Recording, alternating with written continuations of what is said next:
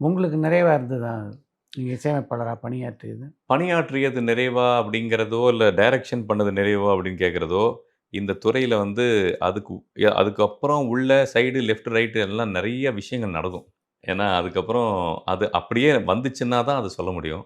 அது நடுவுல நெறைய பேரு அனுபவங்களை கற்றுக் கொடுத்தார்கள். ம்.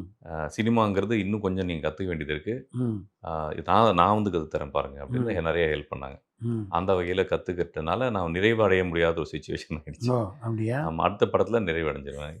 அது நடக்கிறது. அது நல்ல ஆரோக்கியமான விஷயம் தான். ம். அவங்க அனுபவத்த கத்துக்கிறதும், இப்படி முட்டும்போது இப்படி திரும்பணும்னு சொல்லிக் குடுக்குறதும், ரொம்ப நல்ல விஷயமா தான் பார்க்குறேன். யார் யாரெல்லாம் நடிக்க அழைச்சாங்க உங்கள?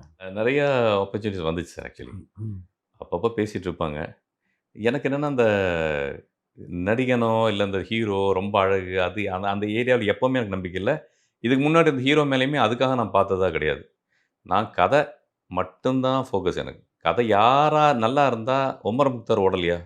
ஒமர் முக்தார் எனக்கு ரொம்ப புடிச்ச படம். அருமையா இருக்கும். அருமையான படம். அந்த தாத்தா மேல எனக்கு லவ் வந்துச்சு. கண்ணாடி கீழ விழுகும்போது, கண்ணாடி கீழ விழுந்து உடம்போது என் மனசு உடைஞ்சு போச்சு. அடடா! பிரில்லியன்ட் ஆக்ட் ஆமா. பண்ணிருப்பாரு அவரு. ஆனா அந்த கதை வந்து கதைப்படி அவர வந்து டெரரிஸ்ட் மாரி காமிச்சிருப்பாங்க. எனக்கு அதெல்லாம் எனக்கு தெரியாது. அவரு தான் எனக்கு அப்படின்னு. பைத்தியமா இருந்தேன். அந்த மாரி அந்த வயசுல 80 வயசுல ஒருத்தர் ஹீரோ ஆனாரு அப்பவே. அதனால வந்து கதை மட்டும் தான். அந்த மாரி எனக்கு வந்து கதை நல்லா இல்லன்னா பண்ண மாட்டேன். கதை நல்லா தான் பண்ணுவேன்னு, அப்ப இருந்தே ஒரு சின்ன ஒரு பிடிவாதத்துல இருக்கேன்.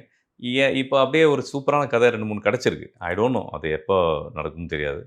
அது நடந்தால் நடக்கலாம்.